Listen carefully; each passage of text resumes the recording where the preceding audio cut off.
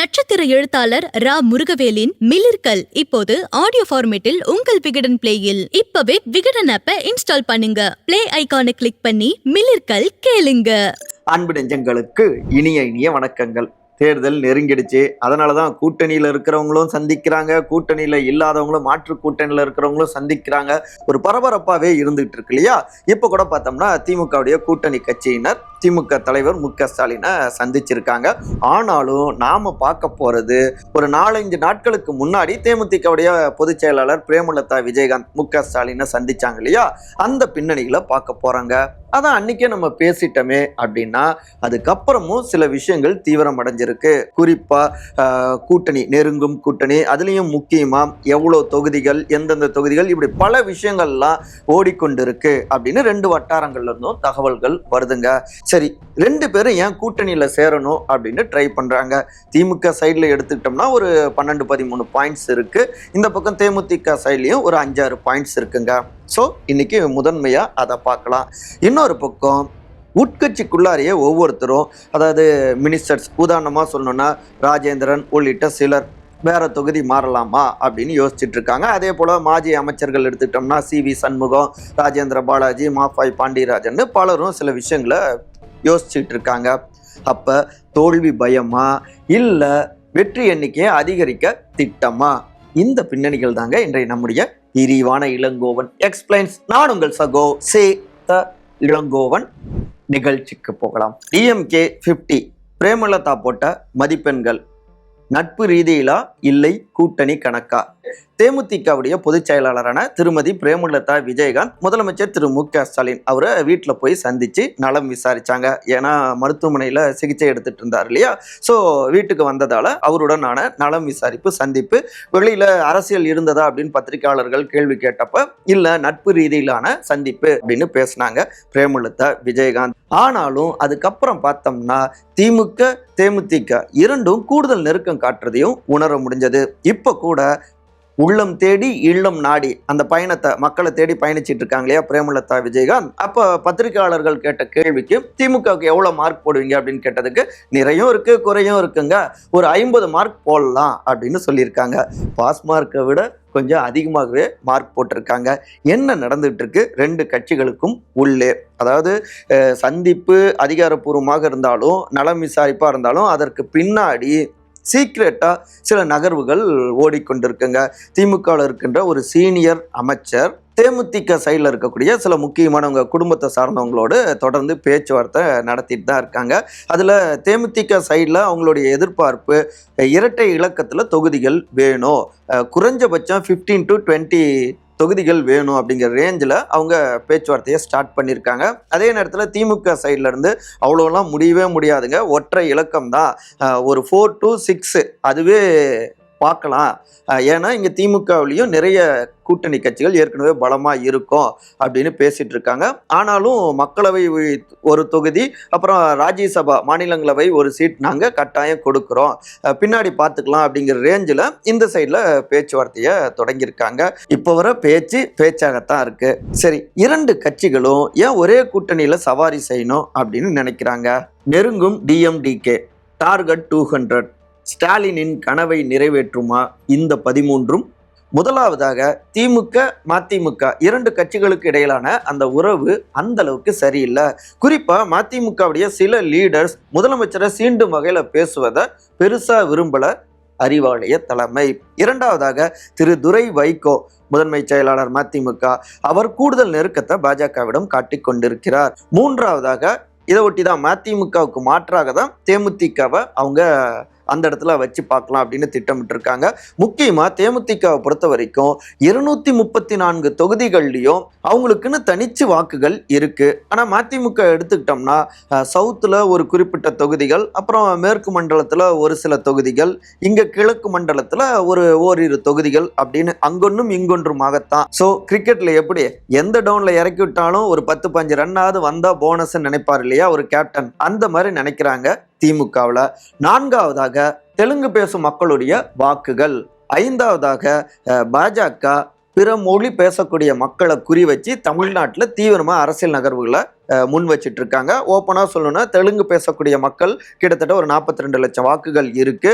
இதை குறி வைத்துமே ஆந்திராவுடைய துணை முதலமைச்சரான திரு பவன் கல்யாண் அவரை லேட்டஸ்டா 2-3 தடவை கூப்பிட்டு வந்தாங்க. அடுத்தடுத்து தேர்தல் நெருங்குவதற்குள்ளார அதிக அளவுல பரப்புரைக்கு பேச வைப்பாங்க அப்படின்லாம் தகவல்கள் வருது. ஸோ இதையும் தடுக்கணும். 6வதாக கடந்த மக்களவை தேர்தலில் விருதுநகர் தொகுதியில் திரு விஜய் பிரபாகரன் கேப்டன் அவருடைய மகன் குறைந்த வாக்குகள் வித்தியாசத்துல தான் வெற்றி வாய்ப்பை இழந்தாருங்க. ஸோ தேமுதிக உள்ள வந்தா சவுத்துல கணிசமாக கூடுதல் வாக்குகளையும் பெற முடியும்னு திமுக திட்டமிடுது. 7வதாக சவுத்துல வலிமையாக இருந்தாலும் வட மாவட்டங்கள்ல அதிக அளவுல தேமுதிகவுக்கு ஆதரவு இருக்கு. குறிப்பா விழுப்புரம், விக்கிரவாண்டி, விருதாச்சலம் இப்படியான பல்வேறு வட்டாரங்கள்லையும். ஏன்னா இங்க திரு கேப்டன் விஜயகாந்த் அவருமே கூட இங்க நின்று எம்எல்ஏ ஆயிருக்காரு 2 முறை. ஸோ இங்க பாமக, அதிமுக, பாஜக இப்படி எந்த கூட்டணியில் அவங்க பயணிச்சாலும் அவங்க மூலமாக பிரியக்கூடிய வாக்குகளை தேமுதிக மூலமாகவும் இங்க ஓரளவு சரி கட்டிடலாம் அப்படின்னு ஒரு யோசனை இருக்கு. இதன் தொடர்ச்சியாக 8வதாக கேப்டன் திரு விஜயகாந்த் அவருடைய மறைவு, அவருடைய அந்த அனுதாபங்களும் இருக்குங்க. 9வதாக பிரேமலதா விஜயகாந்த் அவர்களுடைய அந்த பரப்புரை பலம், அதிரடியா இறங்கி பேசுவாங்க இல்லையா, அவங்களுடைய டோனு ரொம்ப மக்களோடு நெருக்கமா இருக்கும், அதுல அதிரடியும் இருக்கும். ஸோ இது நிச்சயமா எதிர்கட்சிகளை எக்ஸ்போஸ் பண்றதுக்கு உதவியா இருக்கும் அப்படின்னு கணக்கு போடுறாங்க திமுக சைட்ல. 10வதாக முக்கியமானது திரு விஜயுடைய தமிழக வெற்றி கழகம் அரசியல் களத்துல இருக்காங்க. அவங்களால ஏற்படுகின்ற அந்த வாக்கு சிதறல்கள் அதில் ஒன்றாகவும் தான் தேமுதிக தாவேக்கா பக்கம் போயிடக்கூடாது அப்படிங்கிறதுக்காகவும் இந்த பக்கம் கொண்டு வரணும் அப்படின்னும் அறிவாலய தலைமை யோசிக்கிறாங்க. சரி, 11வதாக திரு விஜய பிரபாகரன் அவருடைய பரப்புரை இளம் பட்டாலும் இங்க இளம் வாக்காளர்களும் வெற்றி தோல்வியை தீர்மானிக்கக்கூடியவர்களாக இருக்காங்க. கிட்டத்தட்ட 85 லட்சம் வாக்குகள் புதிய வாக்காளர்கள்லாம் தகவல்கள் வருது. ஸோ அவர்களை குறிவைத்து ஒரு யங்ஸ்டர் களத்துல வந்தா நல்லது அப்படின்னு நினைக்கிறாங்க. 12வதாக திமுக கூட்டணி கட்சிகள். இப்போ கூட திமுக கூட்டணி கட்சிகளை சந்திச்சு பேசியிருக்காரு முதலமைச்சர் திரு மு.க. ஸ்டாலின். ஆகஸ்ட் 6ஆம் தேதி இன்றைக்கு குறிப்பா கவின்குமார் அவர்களுடைய படுகொலை, ஸோ சாதி ஆணவ படுகொலைக்கு எதிரான கடுமையான சட்டம் வேணும் அப்படின்லாம் வலியுறுத்தியிருக்காங்க 2 கம்யூனிஸ்ட் கட்சிகளும் அப்புறம் விசிகாவும். இந்த பின்னணிகளை நம்ம அடுத்த காணொலியில பார்க்கலாம். இப்படி சொந்த கூட்டணி கட்சிகளோடு நெருக்கமாக இருந்தாலும் தொடர்ந்து அதிக தொகுதிகளை கேட்டுக்கிட்டே இருக்காங்க இல்லையா கூட்டணி கட்சிகள், அவங்களுக்கு இல்லைங்க நம்ம கூட்டணியில புதுசா இன்னும் நிறைய கட்சிகள் சேர திட்டமிட்டுக்கிட்டு இருக்காங்க, அதனால நீங்க கேட்கின்ற தொகுதிகளை கொடுக்க முடியாத ஒரு இக்கட்டான நிலை இருக்கு அப்படின்னு உணர்த்துவதற்காகவும் இதை பயன்படுத்திக்க நினைக்கிறாங்க முதலமைச்சர். 13வதாக ஒருவேளை கேட்ட தொகுதிகள் கிடைக்கல அப்படின்னு வேற பக்கம் போகலாம் அப்படின்னு திமுக கூட்டணி கட்சிகள் சில நினைத்தாலும் எங்களுக்கும் ஆப்ஷன்ஸ் நிறைய இருக்கு, எங்களை தேடியும் நிறைய பேர் வராங்க அப்படின்னு உணர்த்தவும் இதை பயன்படுத்திக்கலாம் அப்படின்னு இப்படி பல்வேறு கணக்குகளும் பின்னணியில ஓடிக்கொண்டிருக்குங்க. இதுவும் திமுக பக்கம் வந்தா நல்லா இருக்கும் அப்படின்னும் அந்த புள்ளியை நோக்கி நகர்த்தி இருக்கு அப்படிங்கிறாங்க இந்த உள் விவகாரங்களை நன்கறிஞ்ச உடன்பிறப்புகள். 5 கணக்குகள். பிரேமலதா ஆட நினைக்கும் அரசியல் சதுரங்கம். தேமுதிக ஏன் திமுகவோடு கூட்டணி சேரணும், சேர்ந்தா நல்லதுன்னு நினைக்கிறாங்க. ஒரு 5-6 பாயிண்ட்ஸ் இருக்குங்க. முக்கியமா பார்த்தோம்னா தொடர் தோல்விகள், தேமுதிக சந்திச்ச தோல்விகள். அடுத்து ஒரு காலத்துல 11% மேல 8%, 11% வளர்ந்து வந்த ஒரு தேமுதிக இன்னும் சொல்ல போனா மக்கள் நல கூட்டணி உருவான நேரத்துல முதலமைச்சர் வேட்பாளரே திரு விஜயகாந்த் தான் அப்படின்னு முன்வைத்து பரப்புரை செய்த ஒரு முக்கியமான கட்சி அதுக்கப்புறம் தொடர்ந்து அவங்களுடைய வாக்குகள் பெரிய அளவுல தேய்ந்து வந்தது தான். இப்போ ஒரு 2-3% அளவுல தான் வாக்குகள் இருக்கு. 3வதாக கேப்டன் திரு விஜயகாந்த் அவருடைய மறைவுக்கு பிறகு பல பின்னடைவுகளை சந்திச்சிட்டாங்க. எடுத்த முடிவுகளும் பல நேரங்களில் தவறாக இருந்து அது பெரும் பாதிப்புகளை ஏற்படுத்தியது. 4வதாக அதிமுகவோட கூட்டணி சேர்ந்தாங்க, தேர்தலை சந்திச்சாங்க, மக்களவை தேர்தலை. அப்ப விருதுநகர் தொகுதியில மட்டும்தான் குறைந்த வாக்குகள் வித்தியாசத்துல திரு விஜய் பிரபாகரன் வெற்றி வாய்ப்பை இழந்தாரு. ஆனா திருவள்ளூர், வடசென்னை இப்படி சில தொகுதிகளில் 5 தொகுதிகள் போட்டிட்டு இதுல டெபாசிட்டும் இழந்தது தேமுதிக. சரி, ஒரு மாநிலங்களவை சீட் தரேன்னு சொன்னாங்களே, ராஜ்யசபா சீட்டு திரு சுதீஷ் அவருக்கு கொடுத்துடலாம் அப்படின்லாம் எதிர்பார்த்தா நாங்க உங்களுக்கு ராஜ்யசபா சீட் தரோன்னு சொல்லவே இல்லையே அப்படின்னு அப்படின்னு ஒரே அடியாக பல்ட்டி அடிச்சாங்க அதிமுகல. குறிப்பா அதனுடைய பொதுச் செயலாளர் திரு எடப்பாடி பழனிசாமி. இதை கொஞ்சம் கூட ஜீர்ணிச்சிக்க முடியல தேமுதிகவுடைய பொதுச் செயலாளரான திருமதி பிரேமலதா விஜயகாந்த் அவர்களால் துரோகமாக தான் பார்த்தாங்க. ஸோ இவை எல்லாமே இங்கே வலுவான திமுக கூட்டணி பக்கம் நகரவும் ஒரு வாய்ப்பை அமைச்சு கொடுத்தது. ஐந்தாவதாக திரு விஜயுடைய தவேகாவோடு கூட்டணி சேரலாம் அப்படிங்கிற ஒரு சாய்ஸும் தேமுதிகவுக்கு இருக்கு. கொஞ்சம் கூடுதல் விருப்பமாகவும் இருக்கு. ஆனாலும் அங்கே போனால் அதிக அளவிலான தொகுதிகளை பெற முடியும். அதே நேரத்தில் எம்எல்ஏக்களை பெற முடியுமா? எங்களுடைய அந்நியாரை பொறுத்த வரைக்கும் வருகின்ற சட்டமன்ற தேர்தலில் தேமுதிகவுடைய எம்எல்ஏக்கள் அதிக அளவில் சட்டமன்றத்துக்கு போகணும். அதுதான் முக்கியமான டார்கெட்டு. அதை ஒட்டி தான் இப்போ தீயாக எல்லா பக்கமும் உள்ளம் தேடி இல்லம் நாடி பயணிச்சுக்கிட்டு இருக்காங்க. அது மட்டும் இல்லாமல் எங்கள் கேப்டனுடைய ரத யாத்திரை அதையும் தொடங்கி இருக்கோம். பூத் கமிட்டிகளை வலிமையாக்கிட்டு இருக்கோம். நிர்வாகிகளோடு தொடர்ந்து பேசிக்கிட்டு இருக்கோம். நாங்கள் பயணம் போகின்ற இடங்கள்லையும் நல்ல வரவேற்பும் கிடைச்சிக்கிட்டு இருக்கு. ஸோ ஜனவரியில் கடலூரில் எங்களுடைய மாநாடு நடக்கிறப்ப பல்வேறு கட்சிகளும் எங்களை நிச்சயம் திரும்பி பார்ப்பாங்க. அதுக்கப்புறம் அதிகாரப்பூர்வமாக எங்களுடைய முடிவுகள் வெளியிடப்படும் அப்படின்னு தெரிவிக்கிறாங்க தேமுதிகவில் இருக்கின்ற சீனியர் லீடர்ஸ். ஸோ கூட்டி கழிச்சு பார்த்தா பயங்கரமான கணக்குகள் ஓடிக்கொண்டிருக்குங்க. வழக்கறிஞர் ராஜேந்திரன், சாசி சிவசங்கர் தொகுதி மாறுகிறார்களா? 2 மந்திரிகள். இதுதான் அவங்களுடைய ஃபைனல் லிஸ்ட் அப்படின்னு சொல்லிட முடியாது. ஆனாலும் இப்படி ஆலோசனை செஞ்சிட்டு இருக்காங்க. ஆதரவாளர்கள் மூலமாக தகவல்கள் வருது. அதை உங்ககிட்ட நான் பகிர்ந்துக்கிறேன். சரி, இதுல முதன்மையா யாரை பார்க்கலாம் அப்படின்னா, சேலம் மத்திய மாவட்ட திமுக செயலாளரும் சேலம் வடக்கு சட்டமன்ற தொகுதியுடைய எம்எல்ஏவும் மந்திரியுமான வழக்கறிஞர் திரு ராஜேந்திரன். சேலம் வடக்குல பார்த்தோம்னா 7588 வாக்குகள் வித்தியாசத்துல வெற்றி அடைஞ்சாரு திரு ராஜேந்திரன்க. போன தேர்தலையும் இதே போல குறைந்த டிஃபரன்ஸ்ல வெற்றி வாய்ப்பை பெற்றாரு ராஜேந்திரன். திமுகவுக்கு ஒரு வலிமையான தொகுதி. காரணம், அரசு ஊழியர்கள், ஆசிரியர்கள், அப்புறம் சிறுபான்மையினர், வங்கி போன்ற நிறைய தொழில்களுக்கு போகக்கூடியவர்கள், அதிகாரிகள், இப்படி பரவலாக இருக்கின்ற நகரமயமான ஒரு தொகுதிங்க. ஸோ இதனாலையும் திமுக இங்க தொடர்ந்து வெற்றி அடைஞ்சது. ஆனா இந்த முறை அரசு ஊழியர்கள், ஆசிரியர்கள், இப்படி பலர்கிட்டையும் பல அதிருப்தி இருந்துகிட்டு இருக்கு. புதுசா தாவேகா களத்துக்கு வந்திருக்காங்க. அப்புறம் 10 ஆண்டுகளாக ஒரு தொகுதியுடைய எம்எல்ஏவா இருக்கிறதால இயல்பா அந்த தொகுதியில எழுகின்ற அந்த எதிர்ப்புகள், இப்படி பல விஷயங்களையும் சமாளிக்க முடியுமா அப்படின்னு யோசிச்சும் வேற தொகுதிக்கு போலாமா அப்படின்னும் ஆப்ஷன்ஸ் வச்சிருக்காங்க. அந்த வகையில அவங்க லிஸ்ட்ல இருக்கிற தொகுதிகள்னு பார்த்தோம்னா ஓமலூர் சட்டமன்ற தொகுதி, சேலம் மேற்கு தொகுதி, இந்த 2மே அவருடைய மாவட்டத்துக்குள்ளார வர தொகுதிகள் தான்.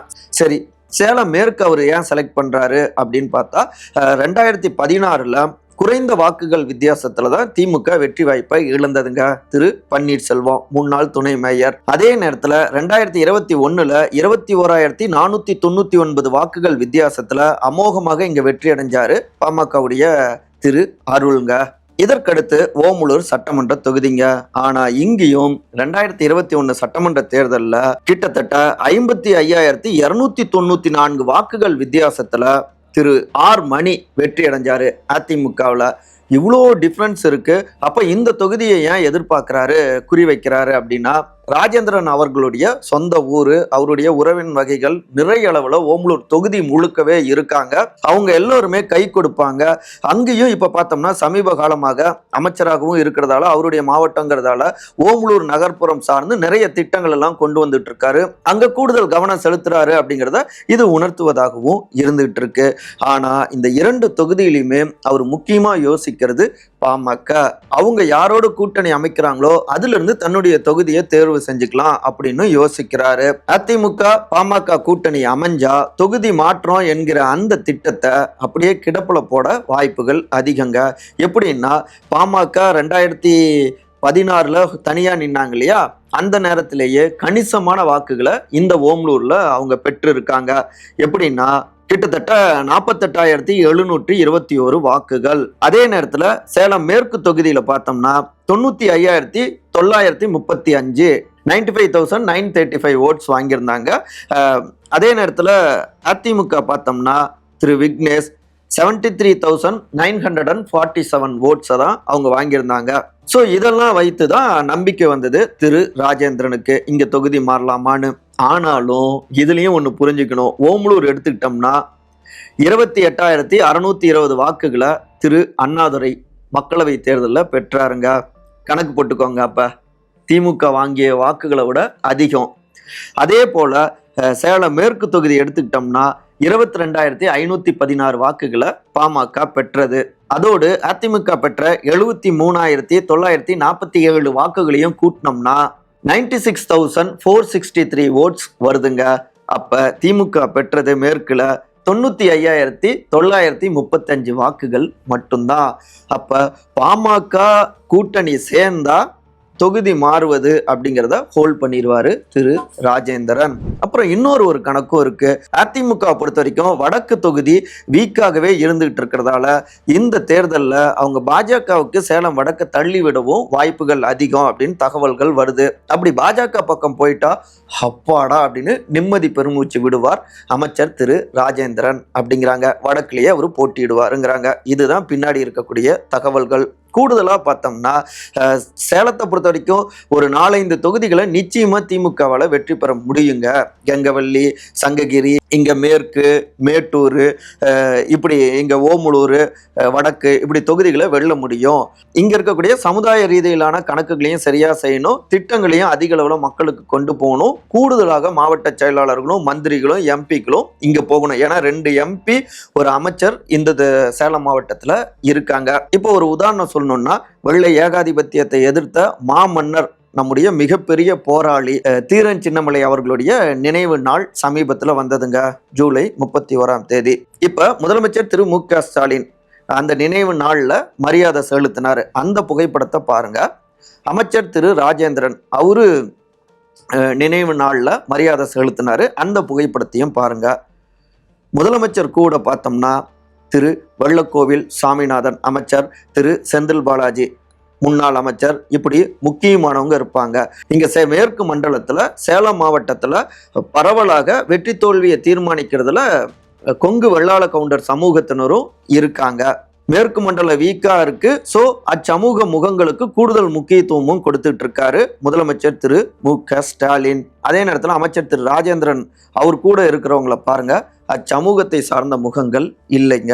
இவை எல்லாவற்றையும் கவனத்தில் எடுத்துக்கணும். அப்பதான் எல்லோருடைய ஆதரவையும் இங்க வெற்றிகரமான வாக்குகளாகவும் மாற்ற முடியும். யோசிக்கணும் அமைச்சர் தரப்பு அப்படின்னும் சில தகவல்களையும் பகிர்ந்துக்கிறாங்க இங்க இருக்கக்கூடிய சீனியர் உடன்பிறப்புகள். அடுத்து போக்குவரத்து துறை அமைச்சரான திரு சி சிவசங்கர், அவரும் குன்னம் தொகுதியுடைய எம்எல்ஏவாகவும் இருக்காரு. அங்கிருந்து வேற தொகுதி போகலாமா அப்படின்னு அவங்க டீம் யோசிக்கிறாங்க. ஒரு தகவல் வருதுங்க. குன்னம் வலிமையா தானே இருக்கு அப்படின்னா, அங்க 2 முறை அவர் எம்எல்ஏவாகவும் ஆகியிருக்காரு. ஆனாலும் இந்த முறை அவர் பார்த்தோம்னா 6,329 வாக்குகள் வித்தியாசத்துல தான் வெற்றியை பெற்றாரு திரு எஸ் சிவசங்கருங்க. அதே நேரத்துல 2011 பார்த்தோம்னா, அப்ப எதிர்கட்சியாக இருந்தாலும் கிட்டத்தட்ட 22,957 வாக்குகள்ல வித்தியாசத்துல வெற்றி அடைஞ்சாரு. இங்க இப்ப அதிமுகவும் வலுவாகிட்டே இருக்காங்க அப்படிங்கிறதும் ஒரு காரணமா பார்க்கப்படுது. போன தேர்தல்ல 2016 அரியலூர் போனாரு. ஆனா அங்கேயும் வெற்றி வாய்ப்பை இழந்தாரு திரு எஸ் சிவசங்கருங்க. 2043 வாக்குகள் வித்தியாசத்துல தான் அரியலூர்ல தோல்வியை சந்திச்சாரு. அதனால அரியலூர் பக்கம் போகலாமா அப்படின்னு ஒரு யோசனை இருந்துகிட்டு இருக்கு. அப்புறம் குன்னம் தொகுதியை பொறுத்த வரைக்கும் கூட்டணி கட்சியினரும் எதிர்பார்க்கிறாங்க. குறிப்பா விசிக திரு தொல் திருமாவளவன் அவங்களுடைய தலைவர், நாடாளுமன்ற உறுப்பினர், அவரு வாக்கு செலுத்துகின்ற அந்த பூத்து அங்கதான் இருக்கு, குன்னம்ல தான். ஸோ விசிகாவும் எதிர்பார்த்துட்டு இருக்காங்க. இதனால பக்கத்துல அரியலூர் இல்ல ஜெயங்கொண்டம் இப்படி போகலாமா அப்படின்னு ஒரு யோசனைகள் இருக்கு. ஆனாலும் இந்த மாவட்டத்துல எல்லா பக்கமும் எஸ் சிவசங்கர் அவருக்கு செல்வாக்கு இருக்கு. குன்னம் தொகுதியில மேலும் மேலும் அதிகரிச்சிருக்கு. அதனால தொகுதி மாறுவதற்கான வாய்ப்புகளும் குறைவுதான் அப்படின்னு அடிச்சு பேசுறாங்க மிக மிக நெருக்கமானவங்க. சி.வி. சண்முகம், ராஜேந்திர பாலாஜி, மாஃபாய் பாண்டியராஜன் தொகுதி மாறுகிறார்களா? 3 மாஜிக்களும். குறிப்பா முன்னாள் அமைச்சர் திரு சி.வி. சண்முகம் எம்பி, அவரு போன முறை விழுப்புரம் தொகுதியில போட்டியிட்டாரு. ஆனா திரு லக்ஷ்மணன் திமுகவுல கிட்டத்தட்ட 14,868 வாக்குகள் வித்தியாசத்துல சி.வி. சண்முகத்தை தோற்கடிச்சாருங்க. CV சண்முகத்துடைய மாவட்டம், அவருடைய கோட்டை, அவரோடு இருந்தவர் தான் திரு லக்ஷ்மணன். அதிமுகவில் 2 பேருக்கும் சில ஈகோ யுத்தம் வந்தது. அதுக்கப்புறம் தான் இவர் இந்த பக்கம் திமுக சைடு வந்தாரு. தான் மூலமா வளர்ந்த ஒருத்தரே தன்னை தோற்கடிச்சிட்டாரு அப்படிங்கிறது ரொம்பவே ஜீர்ணிச்சிக்கவே முடியல CV சண்முகம் அவங்களுடைய டீமால. இந்த தோல்விக்கு முக்கியமான காரணம் அப்படின்னு பார்த்தோம்னா, நகரத்துல இருந்த பெரும்பான்மையான சிறுபான்மையினர் இஸ்லாமிய சமூக வாக்குகள் அதிமுகவுக்கு விழல. ஏன்னா பாஜகவோடு கூட்டணி, அதுதான் 14,000 வாக்குகள் வித்தியாசத்துல தோல்வியடைய வச்சது. இந்த முறையும் 2026லயும் பாஜக கூட்டணி உறுதியாகிடுச்சு. அப்ப அதே தொகுதியில போட்டியிட முடியுமா? சோ இந்த முறை பக்கத்துல இருக்கின்ற வலுவான மயிலம் தொகுதி மீது அவருடைய கண்கள் மையமிட்டு கொண்டிருக்கு. மயிலம் தொகுதி எடுத்துக்கிட்டோம்னா அங்க பாமக வெற்றி அடைஞ்சிருக்காங்க. திரு சிவக்குமார் 2230 வாக்குகள் வித்தியாசத்துல வெற்றியை பெற்றிருக்கிறார். இந்த மயிலம் தொகுதி எடுத்துக்கிட்டோம்னா வன்னியர் சமூகத்தினரும் அடர்த்தியா வாழுகின்ற ஒரு தொகுதி. அதிமுகவுக்கும் ஒரு வலுவான கோட்டையா இருக்கு. அதிமுகவுடைய துணையின் காரணமாகவும் அங்க பாமகவும் வெற்றி அடைஞ்சது. இப்ப கூட்டணிக்கு பாமக வந்தாலும் அது கூடுதல் பலத்தை கொடுக்கும். சோ அந்த தொகுதிக்கு போகலாமா அப்படின்னு ஒரு யோசனை இருந்துட்டு இருக்குங்க CVS அவங்க டீம் கிட்ட. இன்னொரு பக்கம் பார்த்தோம்னா முக்கியமான முன்னாள் அமைச்சரான திரு ராஜேந்திர பாலாஜி, அவரு 2021 ராஜபாளையத்துல போட்டியிட்டு தோல்வியை சந்திச்சாரு. அதுக்கு முன்னாடி பார்த்தோம்னா சிவகாசியில போட்டியிட்டு வெற்றியும் பெற்று அமைச்சராகவும் ஆனாரு.